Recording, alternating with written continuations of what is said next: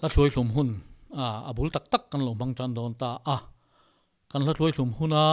kan han soi ma sak tur chu thimata enga ti hla ke ma phua ani tlar thum zai atanga lak ani chu tiang hun chu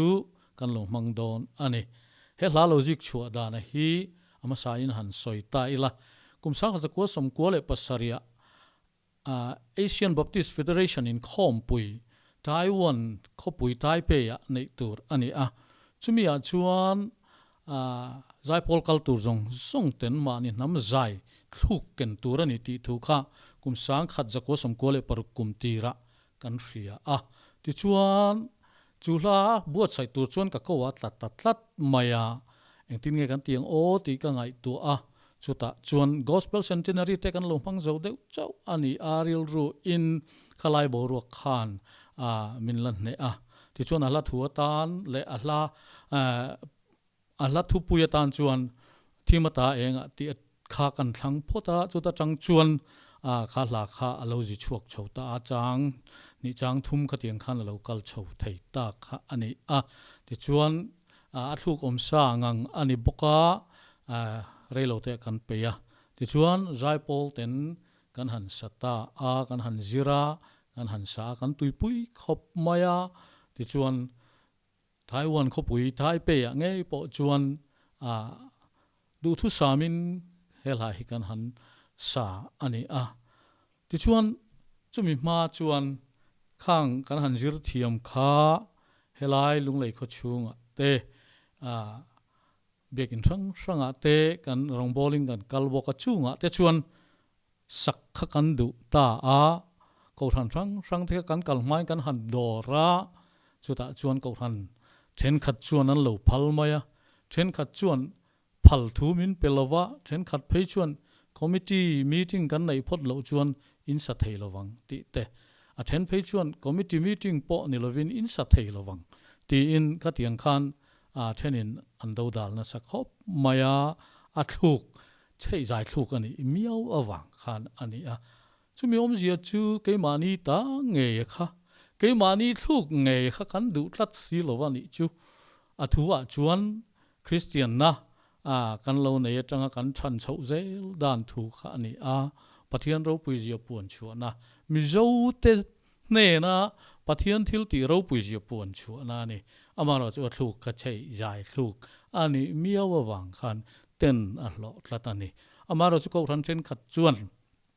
min saktira then khat chuan somin min som boka an lo ria khatiang khan mitam takin min pom puya min thlopa maro chu ko than then khata chuan kan saklai la ko than upa han chuak taw hong te po an om thung ani chu tiang chu he lai hian har satna alo to chho dan te po thui tak soi tur hi om ve rima alelama chuan khatiang khan nek chep le nek shor lo ma sela he lai hi khowela mi nam sang cheng kan ni boka kan nam ni lo nam dang te chuan an ngai lu ema chu wang chuan a hla copy le audio cassette kha sabrama hi Birmingham Baptist Archive da angai ani kan du anti keima signature le a hla thu ziak le azai audio cassette kha chuta chuan da that ani ve ani ti te kha ka han soitel du bok ani ti chuan hela hi keini Baptist ko than zai pol changin kan salova Presbyterian lama te Synod choir te pon rong bol nan rampon rong bol nan te an kenga chutiangin Salvation Army lama te po ko than ranga zai pol te pon min dil na sa me mani ti thu hi ka han soitel du boka keima ni hlange maya kha ani miau awangin rampona chirong bolna na tlak ro chi ril ru na ani chulai chu ka han soitel do tu na ero I chuan khalai boruak ang khani to lova amimir hian kan poma kan ngai hlu ani ti hi a riat to amaro chu le lam taka chuan hei lim hlop na ta na kan mang te hi a that tho lain a le lama chuan kan hla hi hlim hlop nan a that tho lain pathian faknan ngei kan hlana pathian ro pui puan chunan ngeia kan nam zai thu ka hi kan man tampo le pathian hi aro pui zual zel don ani ti hi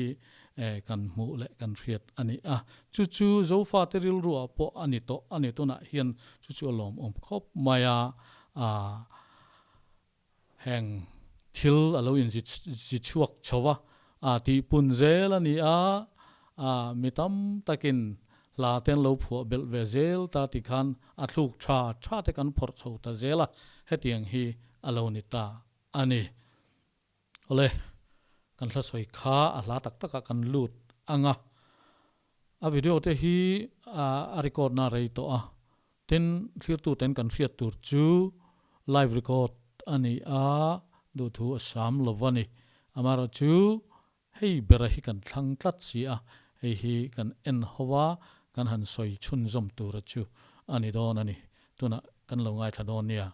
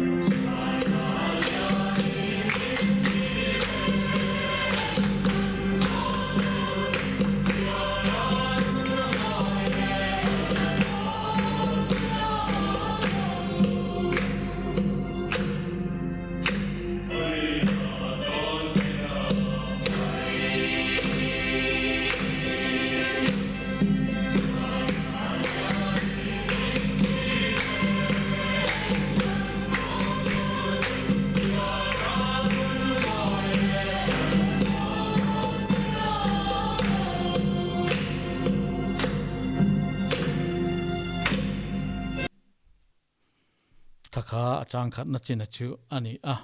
mana chuan thim nuai kan lenge ti kha ani om zia taka chuan mana khan kan sual maya kan lo sual thina mi zo nam hi kan ti na em chu ani lo amara chu christian na enga tanga kan thli chuan thim ani meu mai ani chu thim nuaya kan len dan thu kha kan han tar lang ani khati lai hona zo nun kha zo nun moi zo nun nuam nun lim tak ani khotlang in rel bol na te afela ele bar thu te po khatiang kha ani mana khan kan sual ani lo amaro chu christian na zo na tanga kan thlir chuan mana khan thim noya kan leng ani amaro chu pathian thu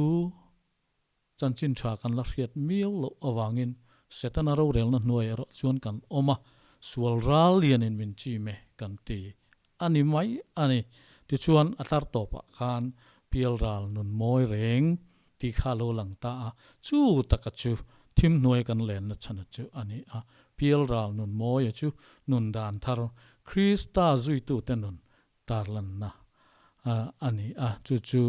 pial ral nun moi kan la nei lo thu kan han soi ta ani helai hian zonun hluya thil du om lo fe omani ati nan ilovani christian na zona changa thirani ti kha thlir tu te pon kan lo hriat atrul ome chang ni nalama kan kal le donia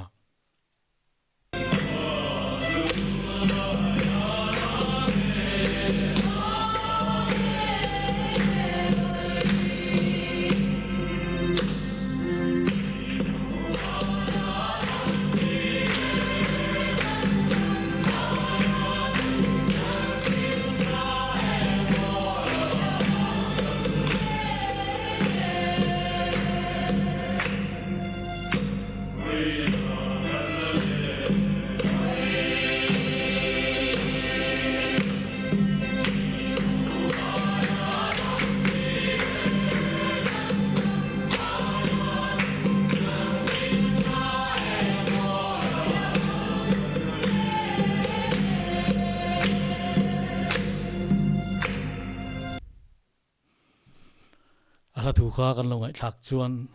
mingo wala ron ti re kan ram daya ti ani ta tlat maya thil pani in khai khin ni om tak khana lo lang ta mingowa la chu kan da sanga kan ram chu ram dai ram chia ram duom lo taka kan soi ni te pon alang amaro chu hei hi mi zote hlaphua dan phung ani mani inda nuaya mani inda niama kan soi tumat tak tarlan a hi kan chin dan ani a lalzawa te hlaphua dan te po kan ngai tu chuan o rai ra riang e mai antia an soi tum tak anula chanchin an soi tum ro chu an tar lang mo e mema ama ro chu enda niam e me mani hei hi mi zo hlaphua dan phung ani a ma ani tlom taka inda na hi angai nom bi kani chu wang chuan mingo wala ron tire kan ram daya kan tita kha ani a chuta tak chuan kan din muna khada sana lo nita a chanchin tha eng moya kan lenga ni ti kha kan lo tar lang ta a mana kan nun aya nun du omjok mizo te nun dan tur dik tak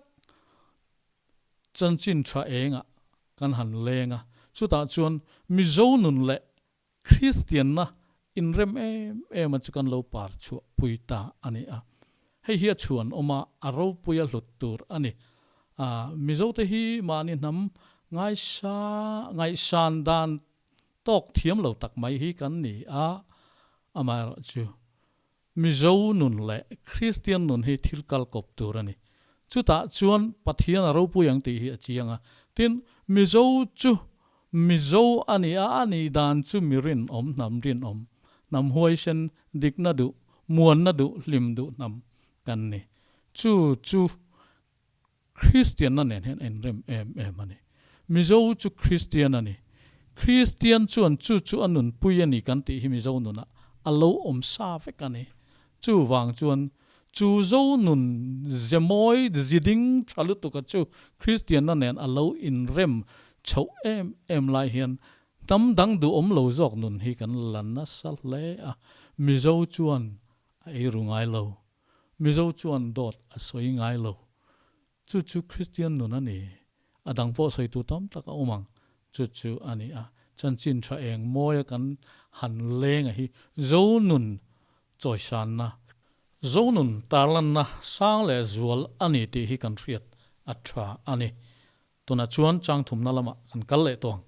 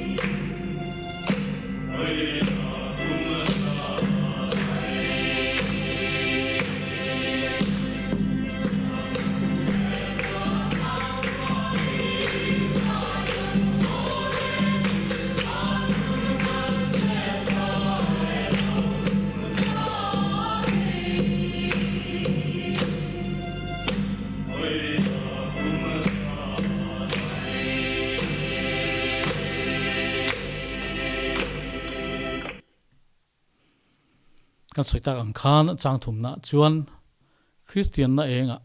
kan lo leng ta a zo nun moi nun du om tak le Christian na eng cho polin zo nun chu lo kal ta tual kan len na sang ta ani ti kha tarlan alo ni ta a atlar to lama chuan van nun kan chen ta kan han tia chu mi da chuan kum zalei ti kha alo om ta a ama kan soi to ang khan gospel centenary hial kan lo lom ta a chuta chuan van nun dik takachu kan lo mang ta a kum zalai Christian kan lo ni ta ni ti tarlan alo ni ta ani kan soi ta ang khan zo nun moi takachu aya moi le zual tir tu Christian na nen ain cho pol ta ani chu zo nun chale zual ani a zo fa te hian chu nun tha chu kan lan chu tir zel atula ke chu mi zo ka ni ti din mun atang hian kan Christian na hitar lanin jok selati hi ke maril rudik takani ti kan soi du ani kalome